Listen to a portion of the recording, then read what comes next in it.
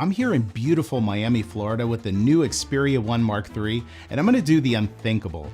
Instead of using my main cameras like the Alpha 7R4 and the new Alpha 1, I'm gonna do an entire photo shoot using this smartphone and see what I'm able to come up with.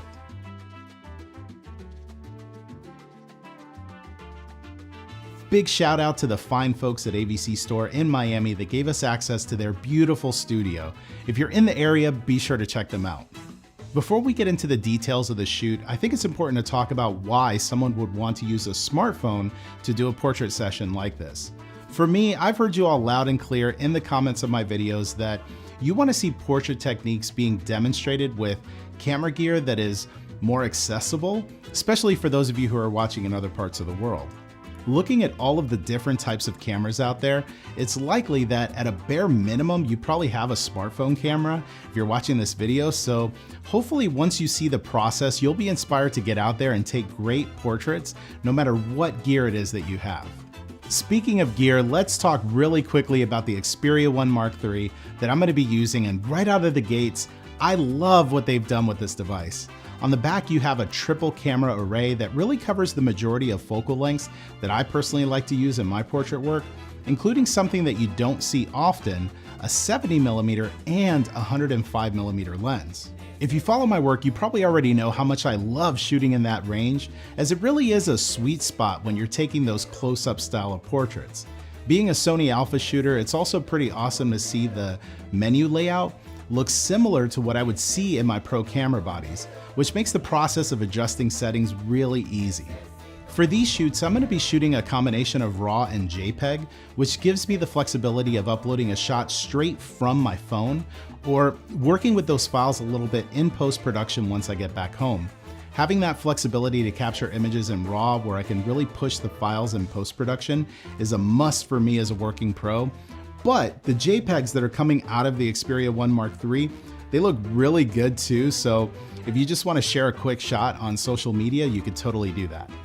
I'm going to stick with the 70mm and the 105mm focal lengths for the majority of these studio shots so that I can try and replicate the type of work that I usually shoot.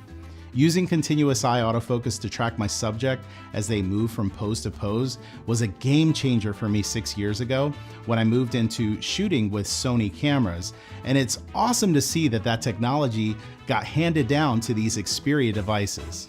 For my lighting, I'll be using a Namlight FS300 LED light that's been softened by their parabolic 120 modifier. This is the setup that I use to light my YouTube videos. I'm actually using it right now, and it really does an awesome job when you're shooting in a studio. With that being said, let's watch the behind the scenes and the resulting images.